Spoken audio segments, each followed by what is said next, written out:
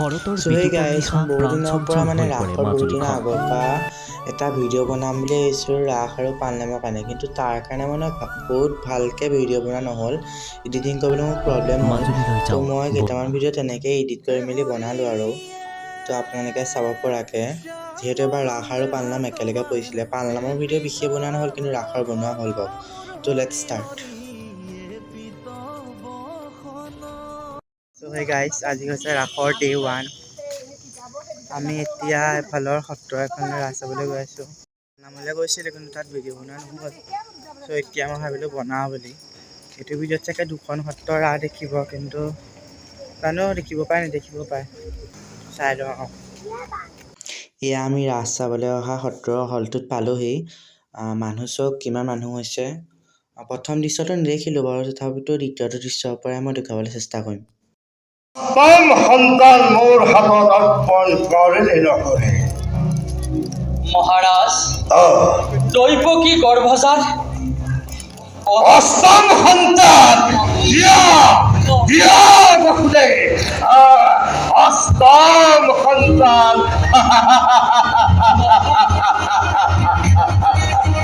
নহয় মহারাজ, প্রথম তরয় কীর্তি সন্তরাম পূর্বর প্রতিশ্বরী পিল আপনার যোগ্য মতে করম বিধান। বকুলি সন্তানক লৈ নিজ গৃহলৈ যাত্ৰা কৰা, কাৰণ দৈৱকীৰ গৰ্ভজাত অষ্টম সন্তানহে মোৰ প্ৰাণবৈৰী। অন্য সন্তানৰ মোৰ কোনো আৱশ্যক নাই।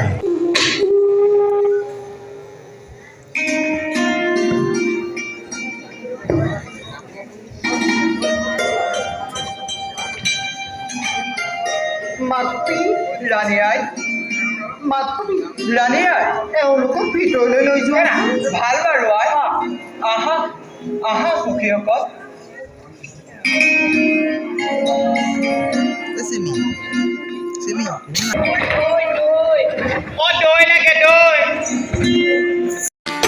কেলি করে বৃন্দাবনে মোহন গোপাল, কেলি করে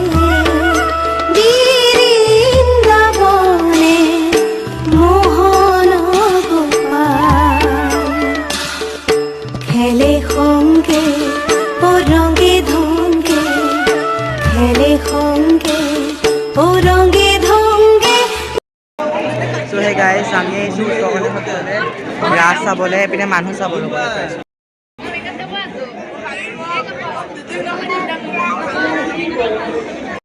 চ' ইয়াত মানে ইমান মানুহ হোৱাৰ কাৰণে এইটোৱেই, ইয়াত মাজুলীত মানে চবতকৈ ভাল যায় ইয়াতে হয়। চ' তাত মানে কিছুমান দৃশ্য পুখুৰীটো দেখুওৱা হয়, আৰু এয়া কমপ্লিটলি বিনামূলীয়া। এয়া চাওক, পুখুৰীৰ পাৰত গোপীসকলে কিদৰে নৃত্য কৰিছে, আপোনালোকে উপভোগ কৰক।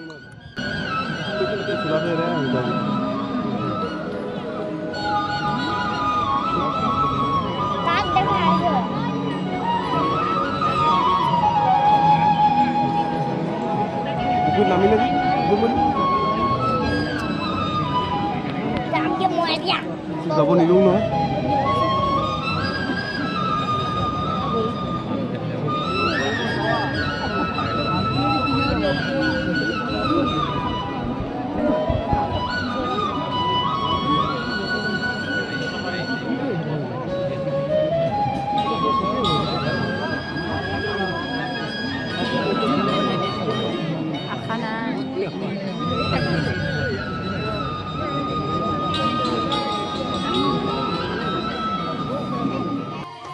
এয়া হৈছে শিশু কৃষ্ণ।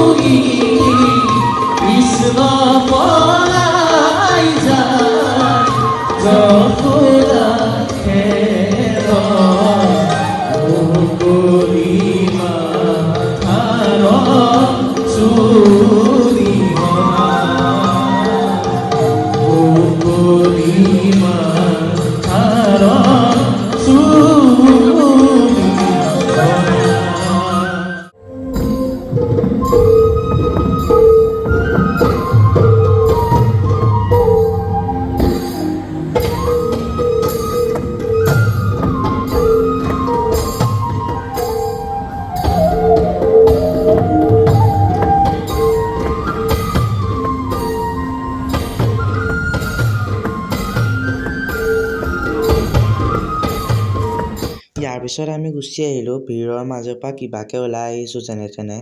তাৰপিছত আৰু মই ভিডিঅ' নকৰিছিলোঁ, কিন্তু শিল্পী সমাজৰ মোৰ ওচৰত কিছু ভিডিঅ' আছে, সেয়া আপোনালোকে চাব পাৰিব।